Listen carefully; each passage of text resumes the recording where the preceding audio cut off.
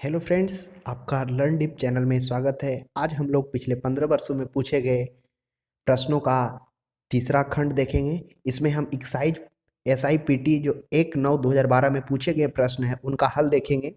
पहला क्वेश्चन है, विश्व का शक्कर का कटोरा किसे कहते हैं? क्यूबा को कहते हैं। क्यूबा के बारे में थोड़ा सा जान लेते हैं। इसकी कैपिटल हवाना है, यह कैरिबियन सागर में स्थित है। अगला क्वेश्चन है, भारत का सबसे बड़ा वन्य जीव अभ्यारण्य बांदीपुर वन्य जीव अभ्यारण्य है। बांदीपुर का लोकेशन कहाँ है? यह कर्नाटक में स्थित है।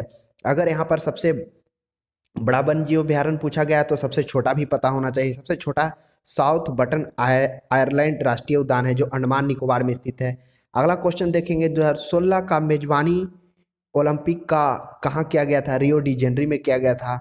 2016 के बाद जो अगला ओलंपिक होने वाला था 2020 का टोक्यो में होने वाला था, लेकिन कोरोना के कारण उसको स्थगित कर दिया गया। यही 2020 का टोक्यो ओलंपिक को अगले साल कराया जाएगा, 23 जुलाई से 8 अगस्त के बीच होने वाला है।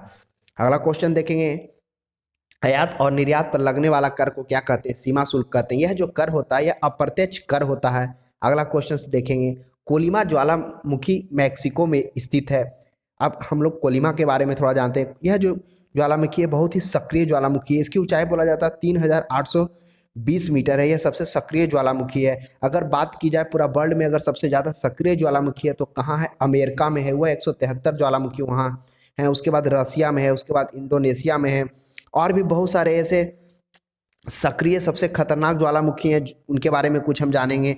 जैसे मैक्सिको के एक और ज्वालामुखी पोपोकैटेपेटल है ज्वालामुखी, जिसका 5452 मीटर ऊंचाई है। उसके बाद एक ग्वाटामाले में फ्यूगो ज्वालामुखी है। उसके बाद कोस्टारिका का तुरी आल्बा कैलिफोर्निया के मेन शहर से 60 किलोमीटर दूर पर स्थित है। जो तुरी आल्बा है यह 2000 सितंबर 2016 में विस्फोट किया था। इससे काफ़ी लोग का मृत्यु भी हुआ था। उसके बाद कोलंबिया के गैलेरस, ये सभी सक्रिय ज्वालामुखी और सबसे खतरनाक ज्वालामुखी में आता है।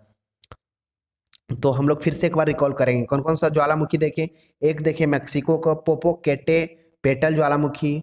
अगला देखें ग्वाटेमाला में फ्यूगो ज्वालामुखी। फिर कोस्टारिका का देखें तुरी आल्बा ज्वालामुखी जो कैलिफोर्निया के मेन शहर से 60 किलोमीटर दूर है। उसके बाद कोलंबिया का एक गैलेरस ज्वालामुखी देखें। और सबसे ज़्यादा अगर सक्रिय ज्वालामुखी की बात की जाए तो वह अमेरिका में स्थित है। अगला देखेंगे, विश्व का सबसे बड़ा समुद्री पुल कहाँ बनाया गया? यह चीन में बनाया गया है। इसका जो लंबाई की बात की जाए तो यह 42.5 किलोमीटर इसकी लंबाई है।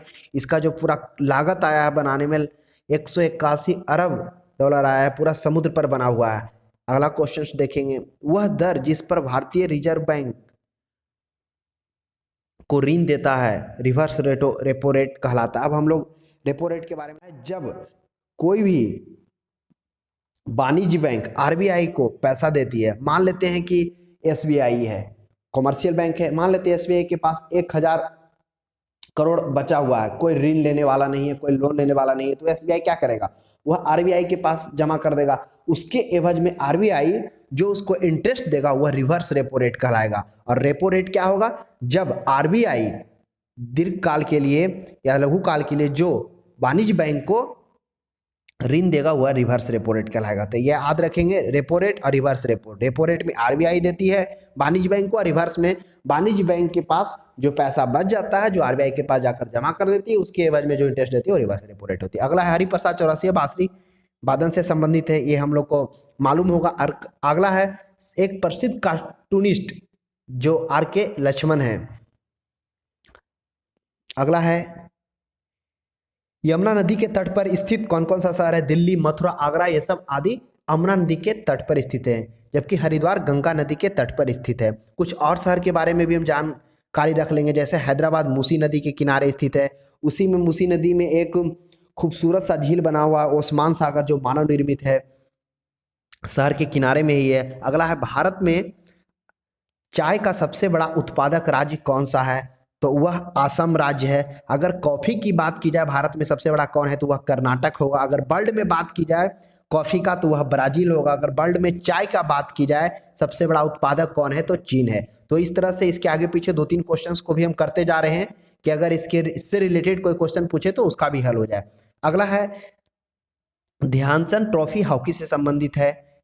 अगला है भारतीय रेड क्रॉस सोसाइटी की स्थापना 1920 ईस्वी में की गई थी। अगला है प्रेमचंद्र का उपन्यास रंगभूमि लिखा गया है। अगर रंगभूमि के बारे में पूछा गया तो इनके और भी उपन्यास करें, जैसे गोदान, गबन, कर्मभूमि, ये सभी उपन्यास मुंशी प्रेमचंद के द्वारा लिखा हुआ है। अगला क्वेश्चन है, अर्थशास्त्र की रचना कौटिल्य ने की थी। जब हम लोग पहला सेट सॉल्यूशन किए थे उसमें कौटिल्य के बारे में पूछा गया था, इसमें भी पूछा गया है। अगला है, सिक्किम राज्य की सीमा किन किन देशों से टच होती है? तो ध्यान रखेंगे, पहला तिब्बत है, दूसरा नेपाल है, तीसरा भूटान है, चौथा पश्चिम बंगाल है। फिर से एक बार रिकॉल करेंगे, ये क्वेश्चंस ऐसा है जो पूछता रहता है, सिक्किम की सीमा कौन कौन से देश से टच करती है? तो कंटिन्यू यहाँ से देखेंगे, तिब्बत, नेपाल, भूटान और पश्चिम बंगाल। इसके साथ में और भी याद रखेंगे कि बांग्लादेश की सीमा भारतीय किन किन राज्यों के साथ लगता है? देखा जाए कि बांग्लादेश का सबसे ज़्यादा सीमा भारतीय राज्यों के साथ बोला जाता है, 4000 किलोमीटर लगता है। कौन कौन से भारतीय राज्य आते हैं?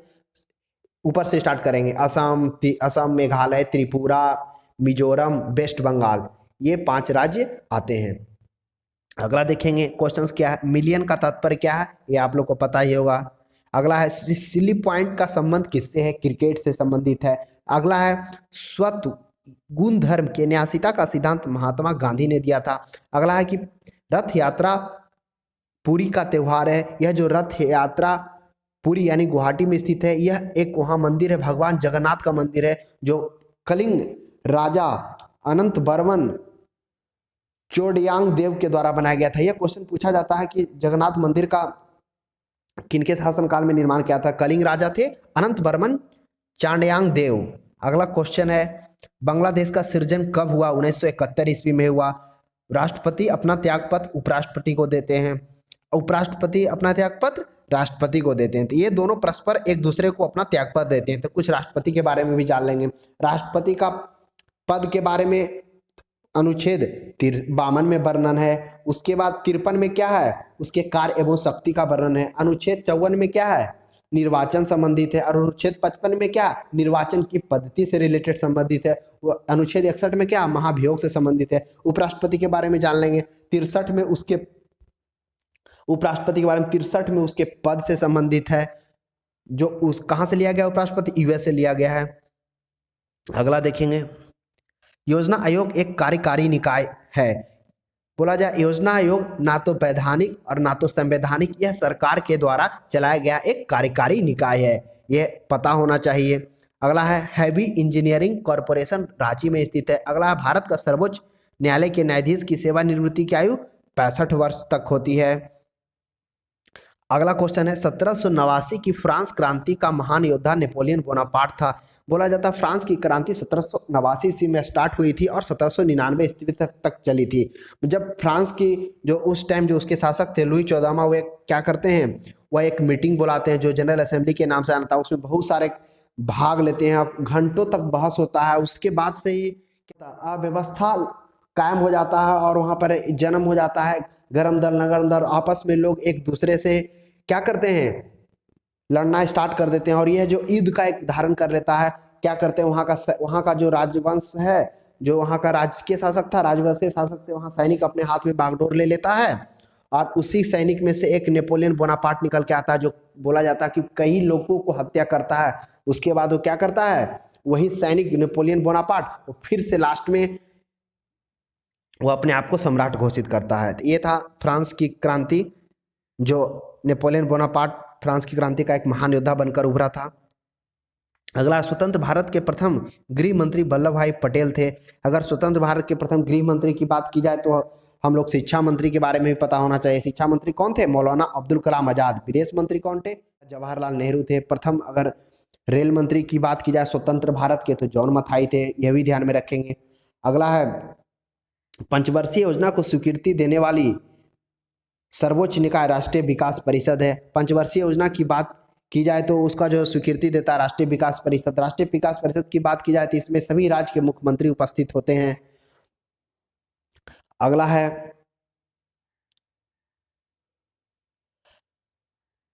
प्राचीन भारत की सुप्रसिद्ध व्यक्ति पाणिनि एक व्याकरण शास्त्री थे। अगला है, भारत के राष्ट्रपति के चुनाव के लिए लोकसभा का सदस्य होना आवश्यक नहीं है। भारत के राष्ट्रपति के चुनाव पद्धति के वर्णन की जाए तो यह अनुच्छेद 55 में है। इसमें क्या है कि लोकसभा के सदस्य नहीं, लोकसभा के निर्वाचित सदस्य होना जरूरी है। ऐसा नहीं कि लोकसभा के सभी सदस्य उसमें भाग लेते हैं। इसलिए क्वेश्चंस को ध्यान से बनाएंगे बनाते टाइम में। अगला है सत्यार्थ प्रकाश दयानंद सरस्वती ने लिखी। सत्यार्थ प्रकाश बोला जाता है जहां पर इनका लेखन किया गया था उस जगह उदयपुर में सत्यार्थ प्रकाश भवन का निर्माण किया गया था। सत्यार्थ प्रकाश का जो है 1882 ईस्वी में लिखा गया है, लगभग आज इसका 136 साल हो गया है। अगला क्वेश्चन है भारतीय राष्ट्रीय कांग्रेस के बेलगांव अधिवेशन की अध्यक्षता गांधी जी ने की थी। हम लोग इसके पहले सेट में पढ़े थे कि गांधी जी मात्र एक अधिवेशन की अध्यक्षता करते हैं, वह मात्र 1924 ईस्वी में बेलगांव के अधिवेशन में भाग लेते हैं। अगला भारत की स्वतंत्रता के लिए आजाद हिंद फौज की संकल्पना मूलतः रास बिहारी बोस ने प्रस्तुत की थी। यह कब बने थे? 1943 ईस्वी में बना था। अगला है एक विशाल स्नानघर सिंधु घाटी सभ्यता के मोहनजोदड़ो से प्राप्त हुआ। अब बात की जाए विशाल स्नानघर की बात की जाए तो विशाल स्नानघर भी पूछ सकता है, यह मोहनजोदड़ो में है। और बात की जाए हड़प्पा के बारे में बात की जाए तो हड़प्पा की खोज कब की गई थी? 1921 ईस्वी में। किनके द्वारा? दयाराम साहनी के द्वारा। मोहनजोदड़ो की खोज 1922 ईस्वी में राखलदास बनर्जी के द्वारा। यह भी ध्यान में रखेंगे। और इसके साथ साथ कुछ कुछ और ध्यान में रखेंगे। मोहनजोदड़ो में क्या मिला था? कांस्य की नर्तक की करती हुई मूर्ति भी मिला था। यह भी क्वेश्चंस कभी कभी पूछा जाता है। फिर बैलगाड़ी का अवशेष कहाँ प्राप्त हुआ था? हड़प्पा में प्राप्त हुआ था। ये सब कुछ कुछ ध्यान में भी रखेंगे। अगला है संयुक्त राष्ट्र महासभा का कार्यालय न्यूयॉर्क में स्थित है। संयुक्त राष्ट्र महासभा की बात की जाए तो इसकी स्थापना ऐसे हुई थी 24 अक्टूबर 1945 को। अगला देखा जाए सार्क की स्थापना कब हुई? 1985 ईस्वी को। सार्क की बात की जाए कि इसके पहले चैप्टर में, इसके पहले जब हम लोग हल किए थे तो उसमें सार्क के बारे में पूछा गया था। तो सार्क में कितने देश हैं? 7 देश हैं। लास्ट में सबसे कौन? अफगानिस्तान शामिल हुआ 2007 में, तब 8 हो गया। कौन कौन से देश थे सार्क के? जितने भी भारत के पड़ोसी देश थे। बात की जाए पाकिस्तान, इंडिया, नेपाल, बांग्लादेश, श्रीलंका, भूटान, मालदीव और लास्ट में 2007 में अफगानिस्तान भी शामिल हुआ। 2 विशाल भूमि के क्षेत्रों को जोड़ने वाला अत्यंत सरकरा भूमि का पट्टा भू संधि कहलाता है। अगला क्वेश्चन देखेंगे। बॉलीवुड फिल्म ब्लैक हेलर केलर के जीवन से प्रभावित है। ये जो ब्लैक फिल्म है एक अमेरिकी राजनीतिक कार्यकर्ता, लेखक और टीचर थी। कौन? Helen Keller. उन्हीं पर आधारित यह फिल्म ब्लैक है। अगला इंडोनेशिया एकमात्र एशियाई देश है जहां से विषुवत रेखा गुजरती है। ये देखा हुआ था निम्नलिखित जो ऑप्शन दिया हुआ था उसमें मात्र एक ऐसा इंडोनेशिया क्षेत्र था जहां से विषुवत रेखा गुजरती है। तो बात की जाए विषुवत रेखा पूरा टोटल 13 देशों से गुजरती है। अगर एशिया में बात की जाए एक हो गया इंडोनेशिया, दूसरा हो गया मालदीव, तीसरा हो गया किरिबाती, साओ टोमा और प्रिंसिप हो गया। ये 4 जगह से गुजरती है। कौन कौन हो गया एक बार फिर से रिकॉल करते हैं। एशिया में कहाँ कहाँ से गुजरती है? मालदीव से, इंडोनेशिया से, किरिबाती, साओ टोम से और प्रिंसिप से। अगला है हुडको क्या है? तो हुडको बात की जाए, हुडको का फुल फॉर्म होता है HUDCO, housing and urban development corporation limited. इसका फुल फॉर्म ही होता है, क्या होता है? फिर से रिकॉल करेंगे, housing and urban development corporation limited. इसका संबंध गृह एवं शहरी विकास निगम से। अगला है अरावली पर्वत श्रृंखला भारतीय उपखंड की पश्चिमी सीमा बनाती है। अरावली पर्वत की बात की जाए तो इसका सर्वोच्च शिखर गुरु शिखर है जो 1727 मीटर है। यह गुजरात से दिल्ली तक 692 किलोमीटर में फैला हुआ है। इससे जो उद्गम नदी है लूनी हो गया, साबरमती इत्यादि का उद्गम स्थल यही है। अगला है शारदा अधिनियम बाल विवाह से जो बोला जाता है, जो शारदा अधिनियम वो बाल विवाह से संबंधित है। बाल विवाह निरोधक अधिनियम भी इसको बोला जाता है। यह 1929 ईस्वी में लागू हुआ था। जब 1929 में लागू हुआ था इसमें लड़की के शादी की आयु 14 वर्ष रखी गई थी, लड़का का 18 वर्ष किया गया था। फिर बाद में स्वतंत्रता प्राप्ति के बाद 1978 इसको संशोधन करके क्या किया गया, लड़की की विवाह का आयु 18 वर्ष निर्धारित किया गया, लड़का का 21 वर्ष किया गया। फिर अभी इस पे बात चल रहा है कि लड़की को 21 किया जा रहा है।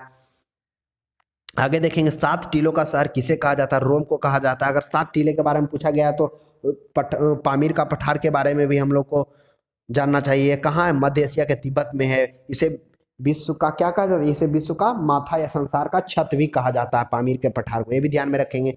अगला है the Indian institute of advance studies कहाँ है? शिमला में है। अगला है भारत रत्न प्राप्त करने वाले प्रथम वैज्ञानिक सीवी रमन थे। सीवी रमन जो है प्रकाश के क्षेत्र में काम किए थे। इनके लिए उन्हें 1930 ईस्वी में नोबेल प्राइज मिला था। अगला मेरिल लिंच एक निवेशी बैंक है।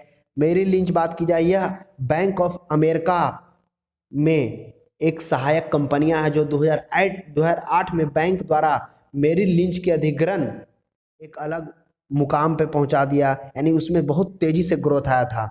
तो एक क्या है, मेरिल लिंच एक निवेशी बैंक है। अगला है, हमने इतिहास से यह सीखा कि हमने इतिहास से कुछ नहीं सीखा, यह कथन हीगल का है, यह ध्यान रखेंगे। अगला है संयुक्त राष्ट्र दिवस। संयुक्त राष्ट्र दिवस 24 अक्टूबर को मनाया जाता है। इसकी स्थापना 24 अक्टूबर 1945 को हुई थी। अगला टेस्ट क्रिकेट में सर्वप्रथम 5 दोहरा शतक लगाने वाला कौन हुए, राहुल द्रविड़ हुए। अगला है, सूरत शहर किस नदी के किनारे स्थित है, ताप्ती नदी के किनारे स्थित है। सूरत है तो हैदराबाद का भी ध्यान में रखेंगे जो मूसी नदी के किनारे स्थित है। उसके बाद है, जापान की करेंसी क्या है, एन है। अगर जापान का पूछा गया है तो हम फ्रांस का भी याद रखेंगे, फ्रांस का फ्रेंच है। यूके का पौंड स्टर्लिंग है। वियतनाम का डोंग है। इजराइल का इजरायली शेकल है। अगला क्वेश्चन है, 100 साल की लड़ाई इंग्लैंड और फ्रांस के बीच युद्ध श्रृंखला है। बोला जाता है जो 100 साल की लड़ाई था, दो प्रतिद्वंदी राजवंशों के राजाओं की 5 पीढ़ियों फ्रांस के सिंहासन के लिए था। इसको बोला जाता है इतिहास का 3 खंडों में तोड़ा है। पहला जो खंड है एडवर्डियन युद्ध जो 1337 ईस्वी से 1360 ईस्वी का है। दूसरा कैरोलिन युद्ध जो 1369 ईस्वी से 1389 ईस्वी के बीच है। चौथा है लंकस्ट्रियन युद्ध जो 1415 ईस्वी से 1453 ईस्वी का है। बोला जाता है फ्रांस के सिंहासन के लिए यह युद्ध ब्रिटेन और इंग्लैंड के बीच 100 सालों का हुआ था। अगला क्वेश्चन है, हमारा राष्ट्रीय प्रतीक अशोक चिन्ह में कितने तिलियां हैं, 24 हैं। अगला है, 26 जनवरी 15 अगस्त 2 अक्टूबर को राष्ट्रीय अवकाश होता है। अगला है, विश्व का सबसे बड़ी खाड़ी कौन है, मैक्सिको की खाड़ी है। इसका बात की जाए, इसका जो फैला हुआ है 15,50,000 किलोमीटर स्क्वायर में फैला हुआ है। अगर बात की जाए सबसे बड़ी झील पूछा है तो हमें यह भी पता होना चाहिए कि विश्व का सबसे बड़े खारे झील कहाँ है, यह अंटार्कटिका में स्थित है जिसका नाम है डॉन हुआन डी। अगला है, भारत में अंग्रेजी समाचार पत्र किनके द्वारा प्रारंभ किया था, जेम्स हेकी के द्वारा प्रारंभ किया गया था। अगला क्वेश्चन है, न्याग्रा प्रपात अमेरिका में स्थित है। इस न्याग्रा प्रपात के बारे में हम लोग पढ़े थे कि न्याग्रा प्रपात क्या है, उत्तरी अमेरिका और कनाडा के बॉर्डर पर स्थित है। न्याग्रा प्रपात का जो आकृति है घोड़े के नाल की आकृति जैसा है, इसलिए घोड़े के नाल का झील भी इसे बोला जाता है न्याग्रा प्रपात को। अगला है, सूर्य का सबसे निकटतम ग्रह बुध है। अगर निकट का बात की जाए तो दूर भी पता होना चाहिए, वरुण है। अगला क्वेश्चन है, प्रसिद्ध रॉक गार्डन कहाँ है, चंडीगढ़ में स्थित है। रॉक गार्डन की बात की जाती है, यह एक शिल्पकृत गार्डन है। इसका निर्माण नेक चंद्र सैनी ने करवाया था, इन्हीं के नाम पर यह रखा गया। अगला है, अकबर के शासन में राजा टोडरमल वित्तीय सलाहकार थे। अकबर का शासनकाल का बात की जाए तो 1556 से 1605 ईस्वी तक रहे थे। द्वितीय पानीपत के द्वितीय युद्ध में वो क्या हुए थे, जीते थे और अकबर अपना अगला राजगद्दी संभाले थे। अगला है, सम्राट अशोक के पिता बिंदुसार थे। अगर अशोक की बात की जाए तो वह मौर्य वंश से रिलेटेड थे। तो मौर्य वंश कब से कब तक था, 322 ईस्वी से 185 बीसी तक था। अगर बिंदु उसमें अशोक के शासनकाल की बात की जाए तो वह कब थे, 269 बीसी से 232 बीसी के बीच रहे थे। अब बात की जाए प्रथम पंचवर्षीय योजना, जितने भी पंचवर्षीय योजना हो गए उन्हें ध्यान में हम लोग रखेंगे। प्रथम पंचवर्षीय योजना 1951 से 56 में चला। दूसरा पंचवर्षीय योजना 1956 से 61 के बीच चला। तृतीय पंचवर्षीय योजना 61 से 66 चला। चतुर्थ पंचवर्षीय योजना 3 साल गैप करके हुआ। गैप होने का कारण बहुत था कि जो वित्तीय लक्ष्य रखा गया था, जो टारगेट रखा गया था, वह टारगेट नहीं प्राप्त हुआ। कारण था कि 1962 ईस्वी में चीन के साथ भी युद्ध हो गया। फिर 1962 ईस्वी में पाकिस्तान के साथ भी, 1965 में पाकिस्तान के साथ भी युद्ध हुआ, जिसके कारण जो वहाँ का जो वित्तीय विकास होना चाहिए वह नहीं हो पाया। इसलिए उसके बाद एक एक साल के लिए 3 योजना स्टार्ट किया गया था। उसके बाद 3 साल लेट से 1969 ईस्वी से चौथा चतुर्थ योजना 74 ईस्वी तक चलाया गया, ये ध्यान में रखेंगे। अगला रोलिंग प्लान। रोलिंग प्लान की बात की जाए 1778 से 69 ईस्वी में चलाया गया था। बोला जाता है कि जब जो 5वां पंचवर्षीय योजना था उसका जो शासन था वो 1974 से 1979 ईस्वी, लेकिन इसको एक वर्ष पहले ही समाप्त किया गया था 1978 ईस्वी में। कारण यह था कि जब मोरारजी देसाई का सरकार आया तो उसने पंचवर्षीय योजना को 1978 में ही यानी एक साल पहले ही समाप्त कर दिया और इसके स्थान पर उन्होंने वार्षिक प्लानिंग यानी रोलिंग प्लान चलाया एक एक साल के लिए। फिर क्या होता, 1980 ईस्वी में जैसे ही इंदिरा गांधी का 14 जनवरी 1980 में इंदिरा गांधी की सरकार आती है तो फिर से इस रोलिंग प्लान को खत्म करके फिर से पंचवर्षीय योजना चला दिया जाता है। तो ये ध्यान में हम लोग रखेंगे। अगला क्वेश्चन है, भारत का राष्ट्रीय कैलेंडर शक संवत पर आधारित है। अगला सबसे प्राचीन भारतीय भाषा तमिल है। अगला मोहिनीअट्टम केरल का लोक नृत्य है। एक क्वेश्चन और भी आया था कि ये सरिता देवी कहाँ से संबंधित है, लोक नृत्य से संबंधित है, जो हम लोग पहला क्लास किए थे उसमें था। अगला है, चर्चित आदर्श सोसाइटी घोटाला का आदर्श सोसाइटी मुंबई शहर में स्थित है। चर्चित आदर्श सोसाइटी घोटाला क्या है? यह 2002 में आरंभ हुआ था। यह जो आदर्श सोसाइटी घोटाला है, इसमें बोला गया था कि कारगिलों में शहीद परिवारों के लिए एक फ्लैट सभी परिवारों को दिया जाएगा। लेकिन क्या हो गया कि यह फ्लैट तो बनाया गया, लेकिन इसका जो है शहीद हुए जवानों के परिवारों को नहीं मिला। इसमें बड़े बड़े राजनेताओं और नेताओं के नाम से सब दे दिया गया, जो क्या हो गया बाद में ये उजागर हुआ, जिसके कारण वहां के सीएम अशोक चौहान को भी क्या देना पड़ा था, इस्तीफा देना पड़ा था, क्योंकि इसमें बहुत बहुत बड़े बड़े नेता और राजनेता शामिल थे। अगला है, turning point A energy through challenge पुस्तक के लेखक कौन है? एपीजे अब्दुल कलाम है। अगला पैलियोंटोलॉजी जीवाश्म का अध्ययन है। अगर जीवाश्म के बारे में पूछा गया तो चट्टान के बारे में हम लोग पता होना चाहिए। चट्टान का अध्ययन को क्या कहते हैं? पेट्रोलॉजी कहते हैं। अगला क्वेश्चन है, सूती रेशा बीज से प्राप्त किया जाता है। अगला, वयस्क मनुष्य में रक्त का निर्माण कहाँ होता है? लाल अस्थि मज्जा में। अगर डब्ल्यूबीसी का निर्माण पूछा जाए तो इसका भी निर्माण अस्थि मज्जा में होता है। सर्वग्राही की बात की जाए तो एबी, और सर्वदाता की बात की जाए तो ओ सभी से ले सकता है, एबी सभी को दे सकता है।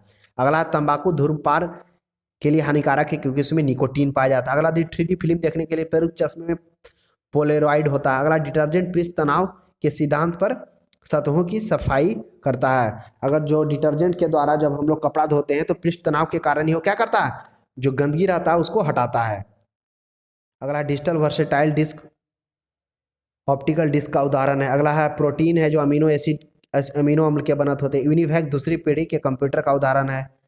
यूनिवैक है जो दूसरी पीढ़ी का कंप्यूटर, यूनिवैक दो है, एक यूनिवैक 1108 है जो दूसरी पीढ़ी का है, और एक यूनिवैक है जो पहली पीढ़ी का है। तो ये हमें ध्यान में रखेंगे। डेसिमल से बाइनरी की संख्या में परिवर्तन करने वाली युक्ति इनकोडोर है। अगला है, चांदी विद्युत का श्रेष्ठ चालक है। सोना सबसे अधिक अगरबदनी है। मनुष्य कौन सा संघ का है? पेरिफेरा गलत है, पेरिफेरा नहीं होगा, ये मनुष्य जो है कार्डेला संघ का प्राणी है। पेरिफेरा में वे संघ आते हैं जो क्या हैं, जो मोशन नहीं कर सकते हैं, यानी जो गति नहीं कर सकते हैं, जो स्पॉन्ज है, जैसे साइकन हो गया, स्पॉन्जिया हो गया, यूप्लेक्टिला हो गया, स्पंजिला हो गया, ये सब पेरिफेरा के अंतर्गत आते हैं। ये जो संघ है, संघ भी आपको याद रखना है, जो संघ होता है उससे क्वेश्चंस पूछा जाता है। तो इस तरह से हम लोग देख लिए। अब हम लोग आगे का सॉल्यूशन अगले क्लास में देखेंगे। अगला जो हम लोग पढ़ेंगे, कौन सा ईयर का पढ़ेंगे? 12/7/2017। तो अब हम लोग अगले क्लास में मिलते हैं। आज के लिए इतना ही। आपको कैसा लगा कमेंट में हमें जरूर बताएं।